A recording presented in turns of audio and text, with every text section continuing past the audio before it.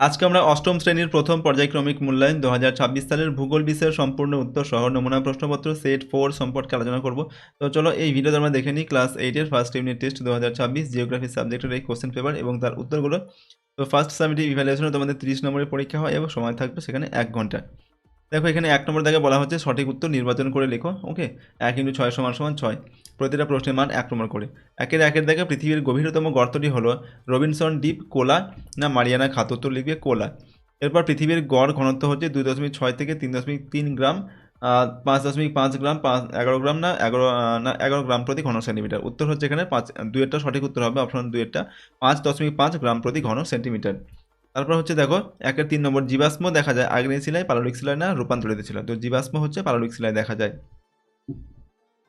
4 নম্বর দাগের প্রশ্ন, গুরুমণ্ডল অন্য যে নামে পরিচিত সেটি হলো সীমা, নিফেসিমা, এরপর হচ্ছে ক্রোফেসিমা না সিয়াল? উত্তর হচ্ছে এখানে লিখবে ক্রোফেসিমা। ঠিক আছে, অপশন 3 এটা ক্লোফে হবে না, ক্রোফে হবে। ঠিক আছে, কয়ের রফে লকার ক্রোফেসিমা হবে। তারপর দেখো পৃথিবীর গভীরতম কৃত্রিম গর্তটি হলো জার্মানিতে, দক্ষিণ আফ্রিকায়, জাপানে না রাশিয়ায়? উত্তর হচ্ছে রাশিয়াতে অবস্থিত। ভুটানের সর্বোচ্চ শৃঙ্গের নাম তিরিচমির। এরপর হচ্ছে কুলাকাংড়ি আর হচ্ছে কিওক্রাডাং। তারপর হচ্ছে কি কাকা বোরাজি? এখানে উত্তর লিখবে অপশন 2 কুলাকাংড়ি। 2 নম্বর থেকে শূন্যস্থান পূরণ করতে হবে। 1 × 4 = 4। 2-1 প্রশ্ন, জাপানের ফুজিয়ামা হলো একটি ড্যাশ আগ্নেয়গিরি? তো এটা হচ্ছে একটি সুপ্ত আগ্নেয়গিরি। মার্বেল রূপান্তরিত হয় ড্যাশ থেকে? উত্তর লিখবে চুনাপাথর থেকে। গ্রিক শব্দ অ্যাস্থেনোস্ফিয়ার এর অর্থ ড্যাশ স্তর? উত্তর হচ্ছে দুর্বল স্তর। ড্যাশ উৎপাদনে শ্রীলঙ্কা পৃথিবীতে প্রথম স্থান অধিকার করেছে? উত্তর লিখবে গ্রাফাইট উৎপাদনে শ্রীলঙ্কা পৃথিবীতে প্রথম স্থান অধিকার করেছে। তারপর যে কোনো দুটি প্রশ্নের উত্তর দাও। এখানে প্রশ্নের মান 2 করে 2 × 4 নম্বর দেওয়া আছে। 3-1 প্রশ্ন, পাললিক শিলার বৈশিষ্ট্য লেখো। তো 1 নম্বর হচ্ছে একমাত্র পাললিক শিলাতে জীবাশ্ম লক্ষ্য করা যায়। 2 নম্বর হচ্ছে এই শিলায় সচ্ছিদ্রতা ও ভঙ্গুরতা দেখা যায়। নাম্বার 3 হচ্ছে কয়লা, খনিজ তেল, প্রাকৃতিক গ্যাসের ভাণ্ডার এই শিলা। তারপর হচ্ছে নাম্বার 4, ক্ষয় প্রতিরোধের ক্ষমতা বিভিন্ন রকমের হয়। 2 নম্বর প্রশ্ন, সার্ক কি? তো সার্ক এর পুরো নাম হলো South Asian Association for Regional Cooperation. Bharat ও তার প্রতিবেশী দেশ মিলে শান্তি, স্থায়িত্ব ও অর্থনৈতিক প্রগতির উদ্দেশ্যে সার্ক তৈরি করেছে। 1985 সালে ভারত, বাংলাদেশ, নেপাল, ভুটান, শ্রীলঙ্কা, পাকিস্তান, মালদ্বীপ ও আফগানিস্তান এই 8টি দেশ সার্ক সংস্থা গঠন করেছেন। এর সদর দপ্তর নেপালের রাজধানী কাঠমান্ডুতে অবস্থিত। 3 নম্বর হচ্ছে ক্যারেজ প্রথা কোন দেশে দেখা যায়? ক্যারেজ প্রথা কি? তো ক্যারেজ প্রথা পাকিস্তানে দেখা যায়। বৃষ্টিপাতের পরিমাণ কম হওয়া সত্ত্বেও জলসেচের ওপর ভিত্তি করে পাকিস্তান কৃষিকাজে বেশ উন্নত হয়েছে। মূলত সিন্ধু এবং তার উপনদীতে বাঁধ দিয়ে প্রথমে জলাধার তৈরি করে একাধিক সেচ খাল কেটে জলসেচ করা হয়। কৃষিক্ষেত্রে জল নিয়ে যাবার এই প্রথাকে ক্যারেজ প্রথা বলে। পরের প্রশ্ন 4 নম্বর দাগে যে কোনো দুটি প্রশ্নের উত্তর লিখতে হবে। প্রশ্নের মান 3 নম্বর করে, 3 × 6 নম্বর দেওয়া আছে। তার 1 প্রশ্ন হচ্ছে প্যানজিয়া কি? তো মহিসঞ্চরণ তত্ত্বের প্রবক্তা হলেন অ্যালফ্রেড ওয়েগনার। তো মহিসঞ্চরণ তত্ত্ব থেকে জানা যায় প্রায় 30 কোটি বছর আগে পৃথিবীর সমস্ত স্থলভাগ একটি বিশাল ভূখণ্ডরূপে অবস্থান করত, যাকে প্যানজিয়া বলে। পরবর্তীকালে প্যানজিয়া ভেঙে গিয়ে বিভিন্ন দিকে সঞ্চালিত হয়, অর্থাৎ মহাদেশীয় ভূত্বক শিয়াল বিচ্ছিন্নভাবে মহাসাগরীয় ভূত্বকের অর্থাৎ সীমা এর উপরে বিভিন্ন দিকে সঞ্চালিত হয়।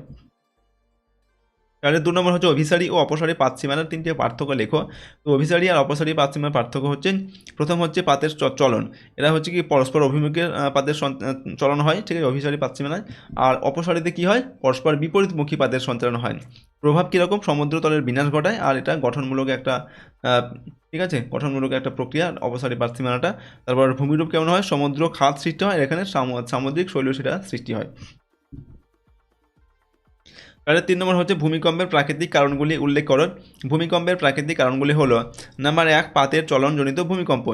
পৃথিবীর ভূত্বক কতগুলি ছোট বড় চলনশীল পাতের সমন্বয়ে গঠিত। এই রকম দুটি পাতের পরস্পরের দিকে বা পরস্পরের বিপরীত দিকে চলনের ফলে পাত সীমানা বরাবর ভূমিকম্প হয়ে থাকে। নাম্বার 2 হচ্ছে অগ্নুৎপাতজনিত ভূমিকম্প। আগ্নেয়গিরি থেকে অগ্নুৎপাতের সময় ভূমিকম্প অনুভূত হয়। 3 নম্বর হচ্ছে ধস। ভূপৃষ্ঠের উপরভাগে, বিশেষত পার্বত্য অঞ্চলে যখন ধস নামে এবং তার ফলে খাড়া ঢাল বরাবর বিশাল পাথরের স্তূপ প্রবল বেগে নিচে পতিত হয়, তখন তার প্রভাবে ভূমিকম্প অনুভূত হয়। তাহলে 4 নম্বর হচ্ছে ভূমিকম্পের কেন্দ্র ও উপকেন্দ্র কাকে বলে। তো ভূমিকম্পের কেন্দ্র কি না, ভূপৃষ্ঠের নিচে ভূ অভ্যন্তরে যে স্থান থেকে ভূমিকম্পের উদ্ভব হয় তা হলো ভূমিকম্পের কেন্দ্র। অধিকাংশ ভূমিকম্পের কেন্দ্র ভূপৃষ্ঠ থেকে 50 থেকে 100 কিলোমিটার গভীরে হয়ে থাকে। তারপর হচ্ছে ভূমিকম্পের উপকেন্দ্র, কেন্দ্র থেকে ঠিক উল্লম্ব দিকে ভূপৃষ্ঠের যে বিন্দুতে প্রথম কম্পন পৌঁছায় সেটা ভূমিকম্পের উপকেন্দ্র। ভূমিকম্পের ফলে উদ্ভূত শক্তি কেন্দ্র উপকেন্দ্র থেকে পৃথিবীর অন্যান্য স্থানে তরঙ্গের মতো ছড়িয়ে পড়ে। 5 নম্বর যে কোনো দুটি প্রশ্নের উত্তর দাও। 5 × 2 = 10। 5-এর একের প্রশ্ন, শিলাচক্র কি? আগ্নেয় ও পাললিক শিলা ভীষণ চাপ, তাপ ও রাসায়নিক বিক্রিয়ার মাধ্যমে দীর্ঘ সময় ধরে পরিবর্তিত হয়ে রূপান্তরিত শিলায় পরিণত হয়। আবার বহু বছর পর এইসব শিলা ভূ আলোড়নের ফলে ভূগর্ভে প্রবেশ করে ম্যাগমাতে পরিণত হয়। আবার তা থেকে আগ্নেয় শিলা সৃষ্টি হয়। আবার কখনো রূপান্তরিত শিলা প্রাকৃতিক শক্তি দ্বারা ক্ষয় পেয়ে ও অপসারিত হয়ে নদী বা সমুদ্রের তলদেশে সঞ্চিত হয় বা জমাট বেঁধে পাললিক শিলা তৈরি করে। প্রকৃতিতে শিলার উৎপত্তি ও এক শিলা থেকে অন্য শিলায় রূপান্তর একটি নির্দিষ্ট নিয়মে চক্রাকারে আবর্তিত হয়ে চলেছে। এইভাবে ক্রমান্বয়ে 3 প্রকার শিলার বিভিন্ন পদ্ধতিতে চক্রাকারে আবর্তনের সম্পূর্ণ প্রক্রিয়াটি হলো শিলাচক্র। 5-এর 2 নম্বর, উৎপত্তি ও গঠন অনুসারে বিভিন্ন ধরনের আগ্নেয় শিলার উদাহরণ সহ বিবরণ দাও। তো উৎপত্তি ও গঠন অনুসারে আগ্নেয় শিলাকে দুটি ভাগে ভাগ করা যায়, যথা নিঃসারী আগ্নেয় শিলা আর উদ্বেধী আগ্নেয় শিলা। নিঃসারী আগ্নেয় শিলা কি না, ভূগর্ভস্থ উত্তপ্ত গলিত পদার্থ বা ম্যাগমা ভূ অভ্যন্তরের অত্যাধিক চাপে ত্বকের দুর্বল ফাটল দিয়ে বাইরে বেরিয়ে এসে তরল লাভারূপে ভূপৃষ্ঠে প্রবাহিত হয়। এই লাভা বাতাসের সংস্পর্শে ঠান্ডা ও কঠিন হয়ে যে শিলার সৃষ্টি করে তাকে বলে নিঃসারী আগ্নেয় শিলা। এর বৈশিষ্ট্য কিনা, এই শিলার দানাগুলি খুব সূক্ষ্ম ও মিহি হয়। উদাহরণ হচ্ছে ব্যাসল্ট, এরপর হচ্ছে অবসিডিয়ান প্রভৃতি, এগুলো হচ্ছে নিঃসারী আগ্নেয় শিলা। তারপর দেখো উদ্বেধী আগ্নেয় শিলা কিনা, অনেক সময় ভূগর্ভস্থ উত্তপ্ত তরল ম্যাগমা ভূপৃষ্ঠে পৌঁছতে না পেরে ভূগর্ভের ভিতরেই দীর্ঘকাল ধরে ধীরে ধীরে ঠান্ডা হয়ে কঠিন শিলায় পরিণত হয়। এই ধরনের শিলাকে উদ্বেধী আগ্নেয় শিলা বলে। এর বৈশিষ্ট্য কিনা, এই শিলার দানাগুলি কিছুটা স্থূল হয়। উদাহরণ হচ্ছে গ্রানাইট, ডোলারাইট, এইগুলো। এই উদ্বেধী শিলাকে আবার দুটি ভাগে ভাগ করা যায়, একটা হচ্ছে উপপাতালিক শিলা আর একটা হচ্ছে পাতালিক শিলা। উপপাতালিক শিলা কিনা ভূ অভ্যন্তরের কোনো ফাটল বা ছিদ্রপথের মধ্যে ম্যাগমা যখন ধীরে ধীরে শীতল ও কঠিন হয়ে জমাট বেঁধে শিলার সৃষ্টি করেন তখন তাকে বলে উপপাতালিক শিলা। যেমন উদাহরণ হচ্ছে কি ডোলারাইট। তারপর দেখো পাতালিক শিলা, ভূ অভ্যন্তরের একেবারে তলদেশে অবস্থিত ম্যাগমা ধীরে ধীরে শীতল ও কঠিন হয়ে যে শিলার সৃষ্টি করে তাকে পাতালিক শিলা বলেন। উদাহরণ হচ্ছে গ্রানাইট। 5-এর 3 নম্বর হচ্ছে যে কোনো 5টি ক্ষেত্রে 3 ধরনের শিলার ব্যবহার লেখন। তো মানুষের দৈনন্দিন জীবনে ও অর্থনৈতিক কার্যকলাপে শিলার ব্যবহার খুবই গুরুত্বপূর্ণ। প্রথম হচ্ছে দেখো আমরা আগ্নেয় শিলার ব্যবহার লিখছি। বাড়ি ও তার মেঝে তৈরিতে গ্রানাইট পাথর বা গ্রানাইট শিলার ব্যবহার করা হয়। 2 নম্বর হচ্ছে রাস্তাঘাট, রেল লাইন ও ট্রাম লাইনে ব্যাসল্ট শিলার ব্যবহার দেখা যায়। 3 নম্বর জলধারা ও বাঁধ নির্মাণে আগ্নেয় শিলার ব্যবহার করা হয়। 4 নম্বর হচ্ছে সোনা, রূপা, দস্তান ও সীসা প্রভৃতি খনিজ আগ্নেয় শিলা থেকে সংগৃহীত হয়। নাম্বার 5 হচ্ছে কৃষিকাজের ক্ষেত্রে ব্যাসল্ট শিলা থেকে সৃষ্টি কালো মাটিতে তুলো ও গম চাষ ভালো হয়।